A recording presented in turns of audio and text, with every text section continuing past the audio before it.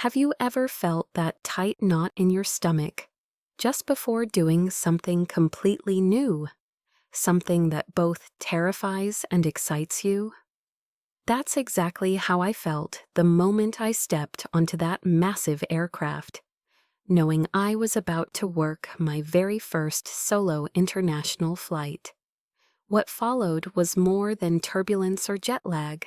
It was a journey that tested my confidence, my training, and my heart. Let me take you back to the day everything changed.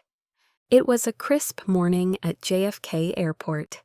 I remember standing by the crew lounge window, staring at a sleek Boeing 777 that I'd soon be boarding, not as a passenger, but as lead cabin crew. This wasn't just another job shift, it was my first international flight alone, without my usual training supervisor hovering nearby. It was me and 300 passengers heading to Rome. As I adjusted my uniform and checked my manual for the 100th time, doubts started crawling in. What if I mess up? What if I forget the safety protocol in an emergency? I tried to shake it off with a deep breath and a smile, but my hands were trembling as I reached the aircraft door. The first hour went relatively smoothly. The crew was friendly, and the passengers were settling in. But as we hit cruising altitude, things took a turn. A woman in seat 12A rang her call button frantically. Her elderly mother was having trouble breathing. Panic hit me like a wave, but I remembered my medical training and rushed over with oxygen. I calmly instructed a crew member to alert the captain while I held the woman's trembling hand and reassured her daughter. For a moment, the entire cabin held its breath, until the passenger finally stabilized. That moment felt like a small victory, but I barely had time to breathe when I heard a commotion near the rear galley.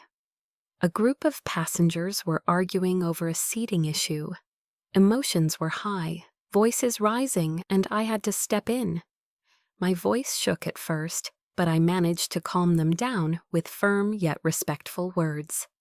But inside, I was exhausted. I questioned whether I was really cut out for this.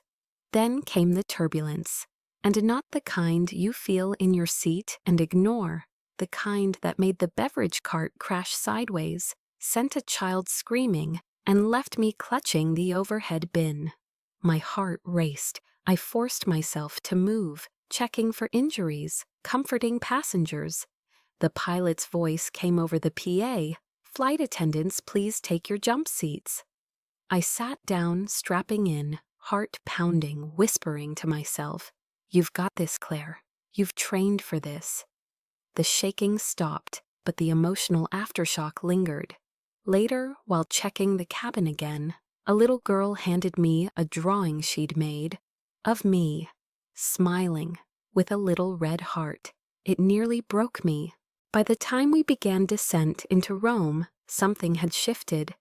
I wasn't that scared, unsure girl anymore. I was alert. I was confident. I felt ready. As the wheels touched the runway and the passengers applauded, I smiled, genuinely, for the first time that day. That flight wasn't perfect. I didn't have all the answers, but I showed up. I kept going even when my heart was pounding and my mind screamed doubt. And you know what? That was the moment I knew I belonged up there, in the sky, with strangers who trust us to keep them safe, fed, and calm. We always talk about first loves, first cars, first apartments. But this was my first solo flight, and it changed me forever. If you've ever faced something new and scary and made it through, share your story in the comments. I'd love to read them. And if you want more real stories from the skies, filled with heart, chaos, and a little bit of magic, hit that subscribe button. Thanks for flying with me today.